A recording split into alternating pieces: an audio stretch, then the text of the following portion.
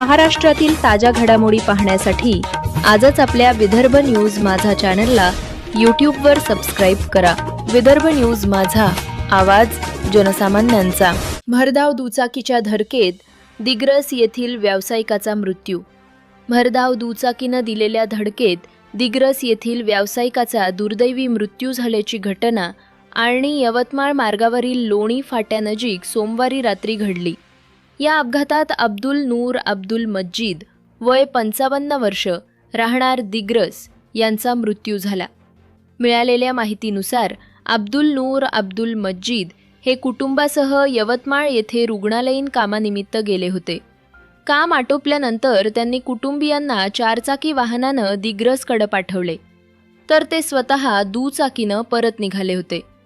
दरम्यान लोणी फाट्यानजीक एका मद्यधुंद दुचाकी चालकानं भरधाव वेगानं येत त्यांच्या दुचाकीला जोरदार धडक दिली।